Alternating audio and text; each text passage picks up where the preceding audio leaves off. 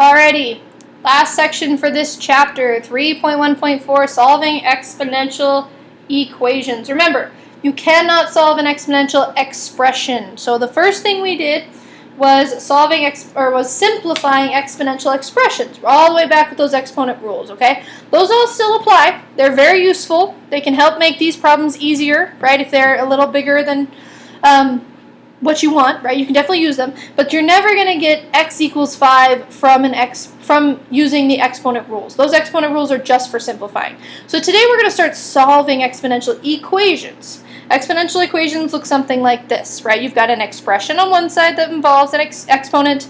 You maybe have a constant, or maybe you even have another exponential expression on the other side. But the point is that you've got an equal sign in between them, right? Those are the only ones you can solve. All right.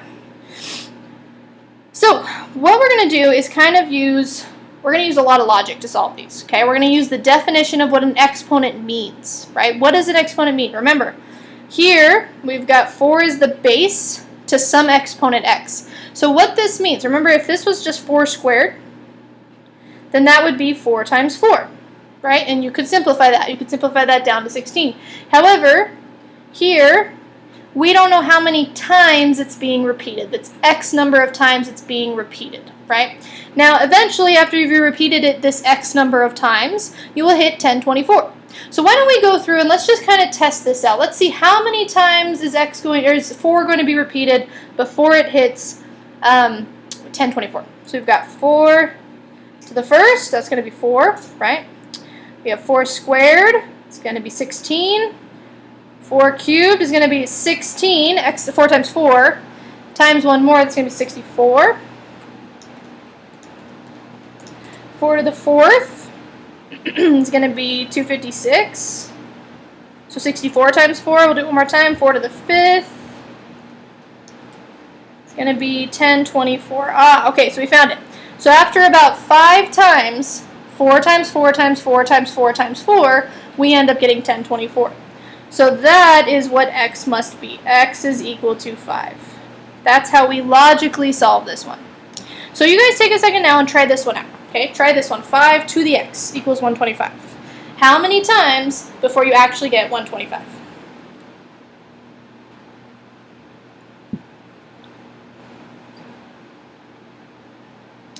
Alrighty, I hope you had a chance to try it out. It really shouldn't have taken you that long, but if you needed to pause the video, please make sure you do so. We'll go in order. So 5 to the first is going to be 5, right? If you don't want to do that one, you don't have to, unless it's obvious. 5 squared, 25. 5 cubed is 125. There it is. So x must equal 3. So in order for 5 to the something equals 125, that something must have been 3. Therefore, x is equal to 3, right? So that's how you solve these logically. Alrighty.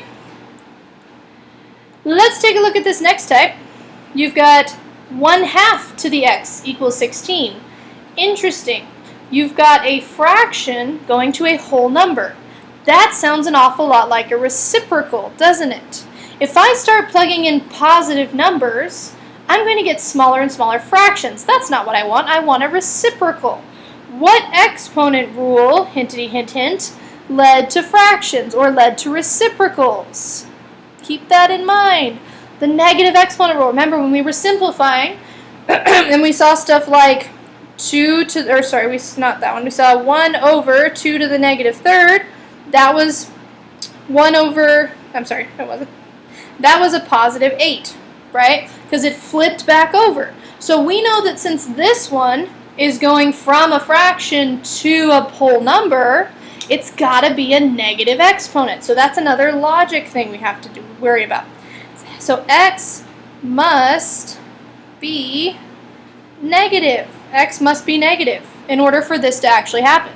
So instead of us plugging in a whole bunch of positive numbers like we just did, let's plug in a few negative numbers. Let's see what happens. Alright, so I have 1/2 to the negative 2. Flip that over, it's going to be 2 squared, or 4. That's not what we're looking at. 1/2 to the negative third.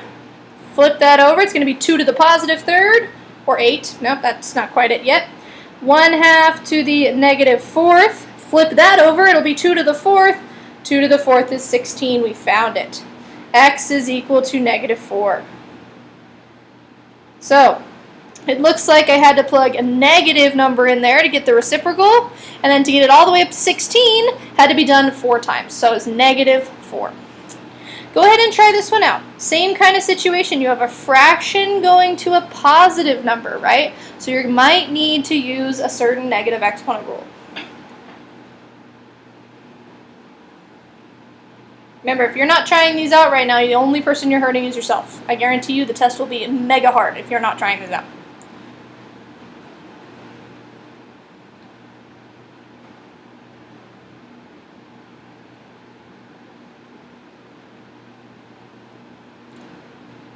Alright, so I know x has to be negative, right? So I'm going to start plugging in negative numbers.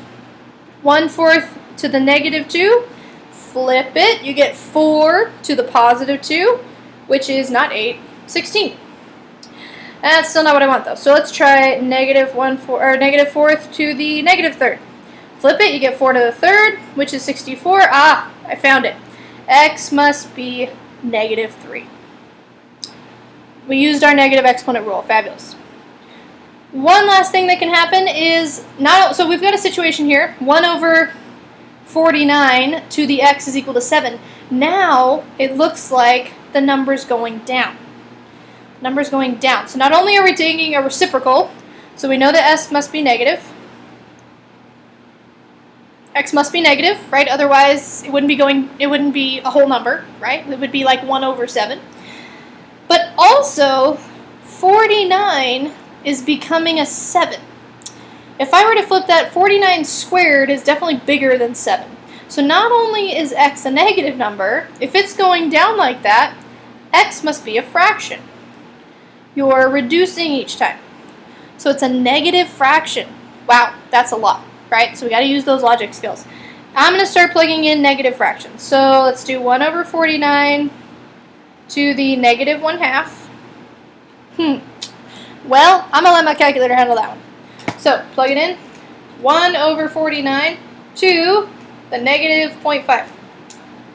And it looks like that does equal 7. Cool. In other words, what's really happening here is that a fractional exponent is like taking the square root, right? So we're taking the cubed root. So we'll talk about those more down the road a lot. But in this case, if you need to let your calculator handle the fractional exponent part, just make sure you're actually plugging it in correctly. And you should be able to find what you have. So in this case, x is equal to negative because of the reciprocal, right? We went from a fraction to a whole number. And 1/2 because we went from a big number like 49, square rooted it down to 7, right? So it went down. So it's just x must be negative, x must be a fraction. Go ahead and try that out with this one. Try out fractions. And by fractions, I don't mean 1/2, and then I mean stuff like 1/2, 1/3, 1/4. Use a 1 in the numerator. And if none of those work, then come show me because they should all work. But we probably won't go into things like 2/3 and 5/8 and things like that. We're just going to do the 1 over something. So 1/2, 1/3, 1/4, 1/5. Alright, so go ahead and give those a try and see if you can figure out how many times 1/81 needs to be multiplied to get to 3.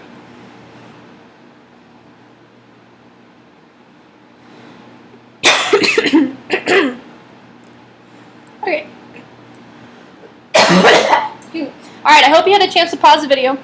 And I know it sounds like I'm dying over here on my end. That's not why I'm home. I'm doing all these videos in one day, so I have a cold. But that's okay. Alright, so let's take a look at this. 1/81 to the -1/2. Let's see what happens there. Well, I know it's going to be 81 to the 1/2, because that's the reciprocal part. That gives me 9. Not quite what I'm going with 3.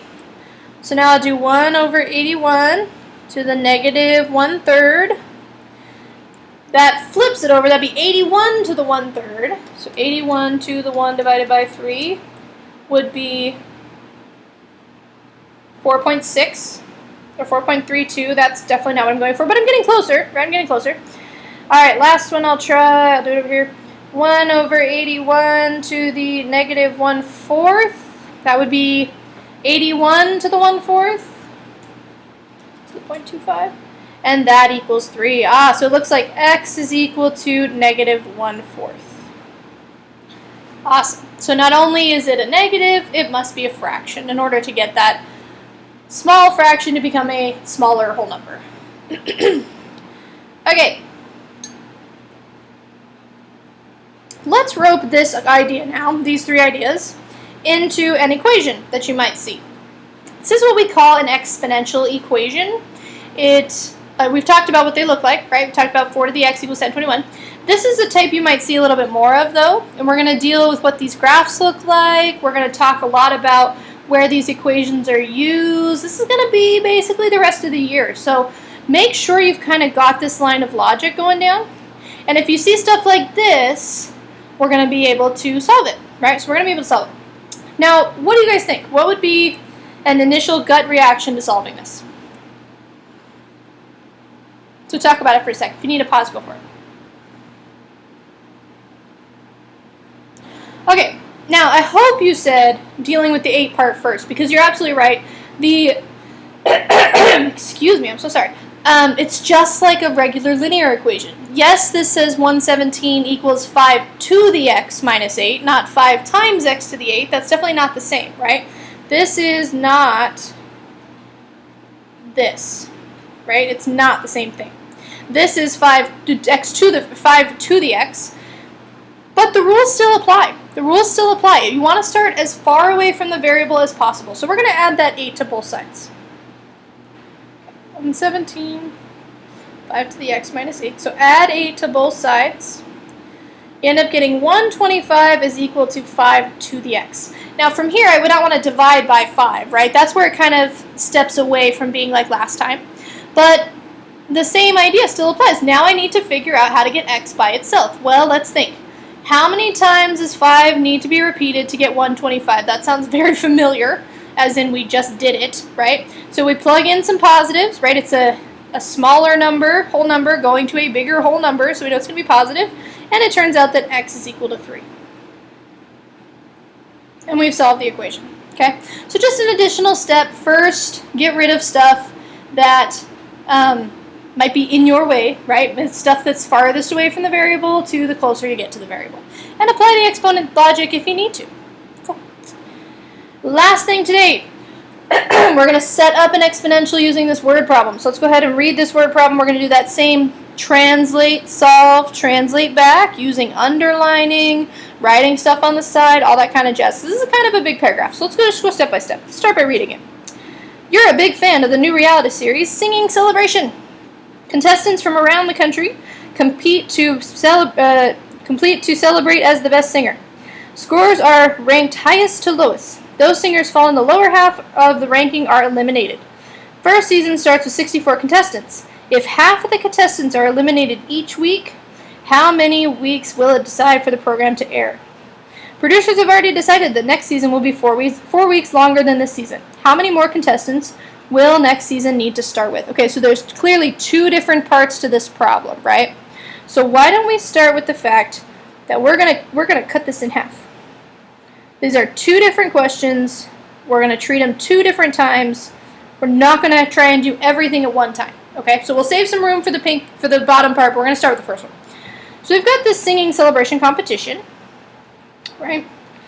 And it looks like scores rank from highest to lowest. The singers in the lower half of the rankings are eliminated. That sounds kind of important. The first season starts with 64 contestants. That sounds important. 64 contestants to start. 64, oops. Okay, 64 contestants to start, right? And it says if half the contestants are eliminated each week, so half are eliminated each week,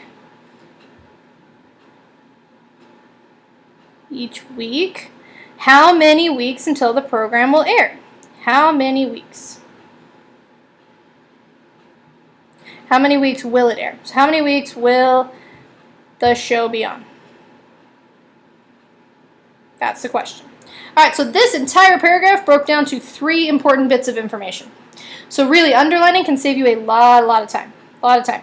Don't get overwhelmed by a paragraph. Chances are there's like 2 to 3 things you actually need out of that, okay?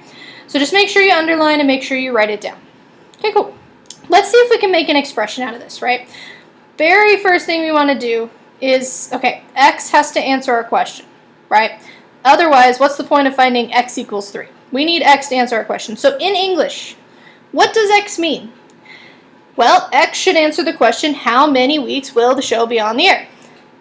In order for that to be true, so if I had something like x equals 2, what are you answering? That would be 2 weeks. So it looks like x is, not 2, x is weeks. Alright, so x is the number of weeks. Our little thing's having issues here. Weeks, there we go. Awesome. Let's start by building an equation now. So if x is the number of weeks, then each week they're eliminated by a half, right? So it looks like each week we're going to multiply by a half. Multiply by a half, okay? So we're going to have 1/2 times 1/2 times 1/2 for x number of halves. That sounds a lot like an exponential expression, right? 1/2 a certain number of times. So our exponential equation is going to start with 1/2 to the x. That's what's happening each week. All right, so it's happening each week. Now, what we're going to do with 64 is that's going to be our starting value. We're going to talk so much about this next time, so much about this in the next chapter, that I'm just going to tell you right now. It's going to be over here. 64 is going to be a coefficient, okay? And then what it's going to equal is one contestant who wins the game, all right? Again, we're going to talk about this a lot, but basically that's the general format for a linear equation. You have a starting value, we call it A. You have some sort of rate, 1/2 each week is equal to b to the x of some type, and then y is going to be how much you're left with. Again, we're going to talk a lot about this next chapter. So right now, just take my word for it. If I give you a word problem on the test, I will probably give you the equation with it, okay? No, I will definitely give you the equation with it unless it's super obvious, okay? But basically, that's the breakdown. So we have our equation. 64, I'll just use blue. 64 times 1/2 to the x is equal to 1. We have translated. Fabulous. Let's go ahead and solve that now. Again, I'm going to start as far away from the variable as I can. Right now, that 1/2 is not part. That's closest to the variable. I'm going to start with the 64. I have 64 times blah, blah, blah, blah, blah. How do I get rid of 64 times something? You divide it by 64 to both sides.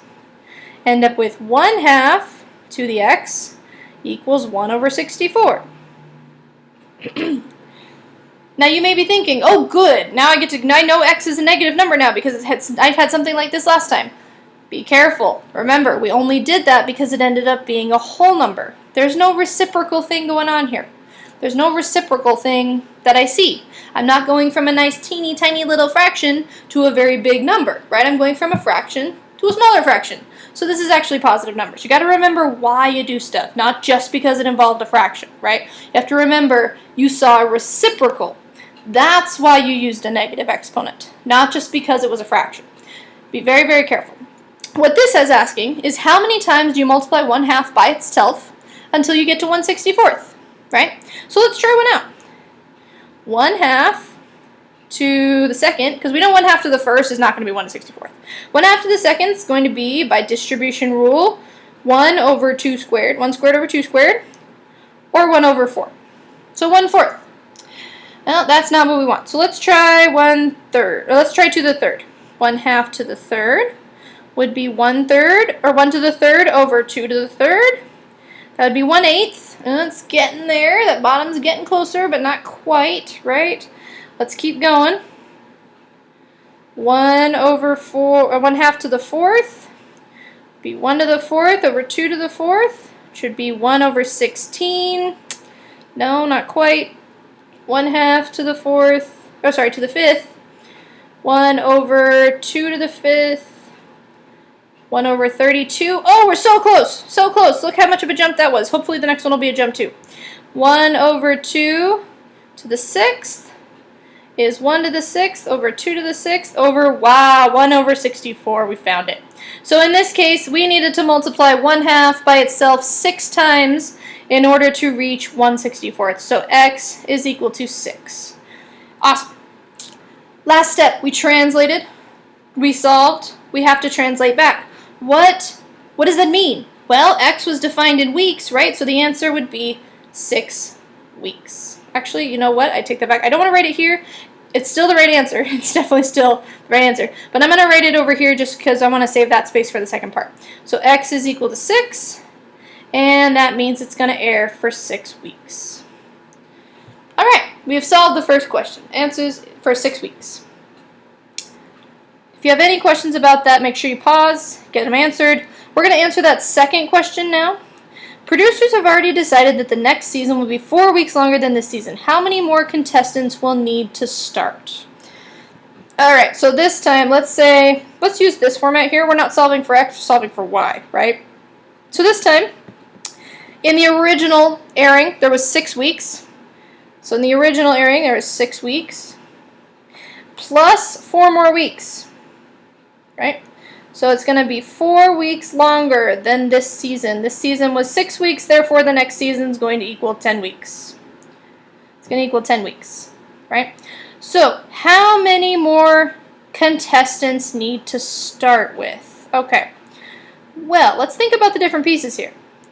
64 was the contestants we started with the first time. That is no longer the case. So really, what we're going to be solving for is A.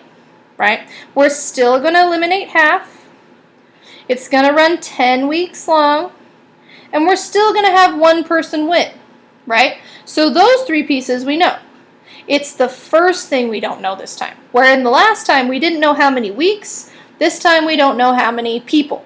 Right? So we have to kind of manipulate this just a little bit.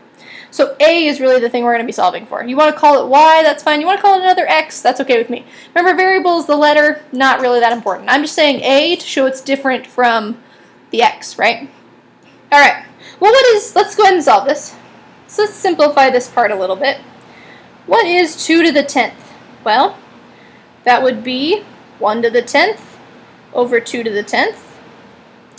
2 to the 10th, nope, not 2 to the 0. 2 to the 0 is equal to 1, right? 2 to the 10th would be 1024. So A times 1 over 1024 is equal to 1. Remember, when you see stuff like this, that's the same thing as A over 1024 is equal to 1. Now I can multiply by 1024. Really into the Christmas colors today. Whoop, 1024. 1024, it looks like A is equal to 1024. Alright, so I translated and I solved. Now I must translate back. If A is equal to 1024, then that means 1,024 contestants must start in order for us to run 10 weeks long and still have a winner. Alrighty.